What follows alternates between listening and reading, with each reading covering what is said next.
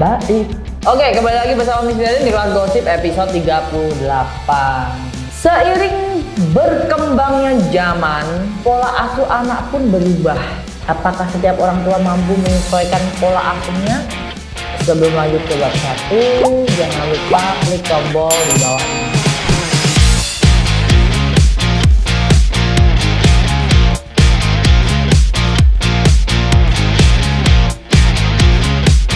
Oke muridku, bab pertama kita akan membahas Acha Sinaga tidak menggunakan babysitter di Sydney karena peraturan di sana tidak memperbolehkannya. Ia dan suaminya menikmati momen mengurus anak secara langsung dan bisa memperhatikan perkembangan anak mereka dengan lebih dekat. Bagus juga sih, kadang kita juga babysitter tuh nggak semuanya baik ya. Kadang di depan tuh baik, mukanya kalem, lemah lembut. Nggak taunya pas nggak ada bapak ibunya, dianiaya kan.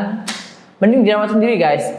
Menurut kalian gimana ini? Miss, kalau babysitter itu kan bisa mempengaruhi tumbuh kembang anaknya nggak sih? Kalau keterusan pakai babysitter? Nah, kalau emang babysitternya baik, pasti bisa. Contohnya kayak anaknya artis sebelah tuh kan, anaknya yang tadinya nggak bisa berhitung, jadi bisa berhitung, jadi pinter gitu loh. Ada yang babysitter yang benar-benar telaten, ada juga yang mau duitnya doang, tapi nggak mau benar-benar ngerawat gitu loh. Miss, kan sekarang banyak tuh kasus penganiayaan oleh babysitter kan. Ada tips and trick gak Miss, biar bisa dapat babysitter yang baik buat anak kita? Zaman sekarang tuh sulit ya, beda sama era tahun 1945 ya.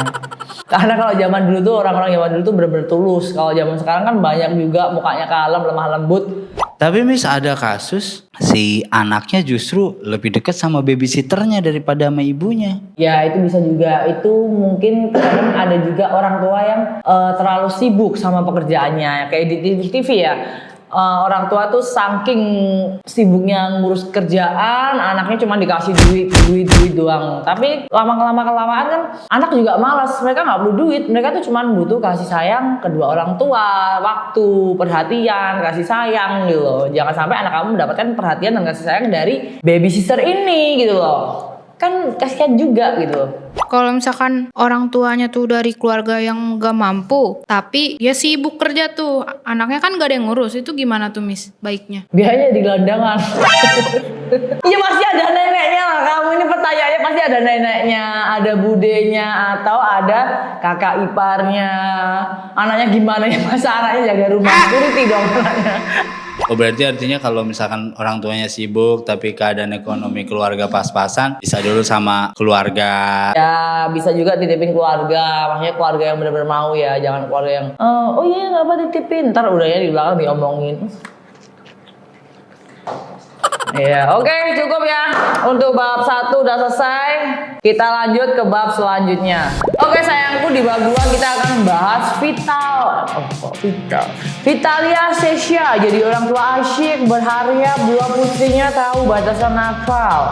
Vitalia Sesha menerapkan pola asuh yang santai terhadap kedua putrinya, tetapi tetap memberikan batasan. Ia yakin dengan memberikan kebebasan, anaknya akan lebih jujur dan terbuka. Ya pentingnya kita jangan terlalu mengekang anak ya, karena anak tuh ketika semakin dikekang dia akan malah semakin tahu dunia luar. Oh ternyata enak ya dibebaskan ya, dia akan semakin nakal. Mending kasih anak kebebasan tapi tahu batasan, dan supaya anak juga mau terbuka sama kamu.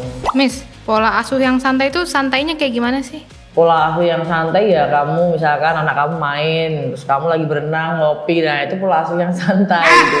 Tapi gimana Miss, ngatasin anak yang suka bohong ke orang tua tuh gimana Miss? Nah, ini pasti pengaruh dari lingkungan, makanya dia suka bohong gitu loh. Kalian mesti bener-bener tahu anak kamu tuh ada masalah apa, anak kamu tuh lagi ngapain aja, perkembangan anak kamu tuh apa aja di luar, kalian mesti tahu. Jangan sampai kalian nggak tahu apa aja yang anak kamu lakukan, kalian mesti cek juga teman-temannya, HP-nya.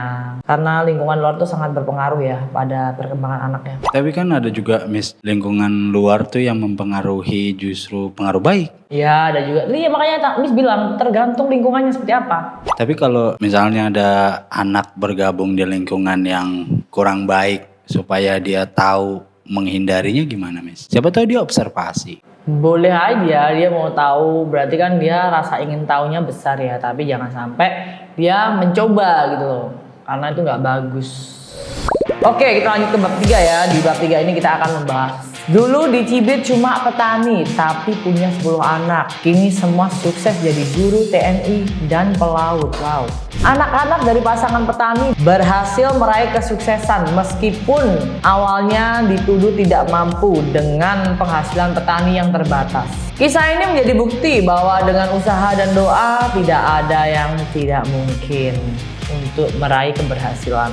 Ya guys, makanya kita jangan suka ngeremehin. Misalkan orang itu pekerjaannya petani, orang itu pedagang asongan, atau kaki lima, atau suka jual sayur di pasar, jangan remehin. Justru orang seperti itu kadang dia pengen mendidik anaknya jauh lebih tinggi sekolahnya dibandingkan dia gitu. Jangan sampai anak gua kayak gue nggak apa-apa lah, bapak ibunya jelek gitu pendidikannya, yang penting anak gue jangan sampai seperti itu. Kalau bisa anak gue sekolahnya jauh lebih tinggi. Ada lagi nggak? Kira-kira Miss, kalau dari berita itu anaknya itu terpaksa gak sih Miss? Atau secara sukarela? Nggak, kayaknya emang anaknya emang dasarnya juga rajin ya, rajin kerja.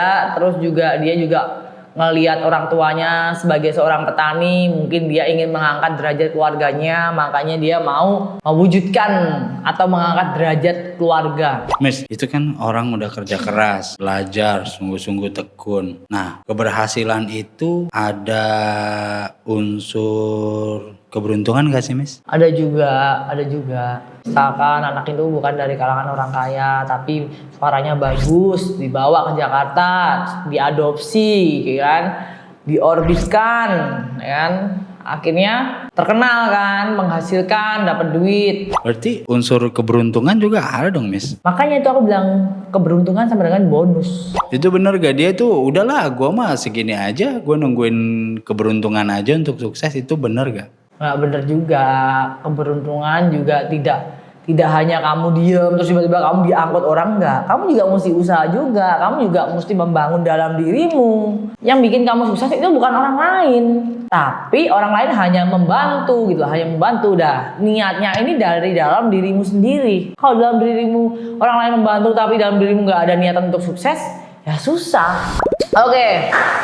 Udah 3 bab pembelajaran aja nih yang dibahas. Kalau gitu kita lanjut ke bab penutup. Oke, kita ambil kesimpulannya ya.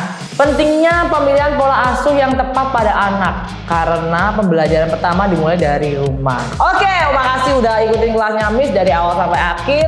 Kita ketemu lagi di episode berikutnya dan jangan lupa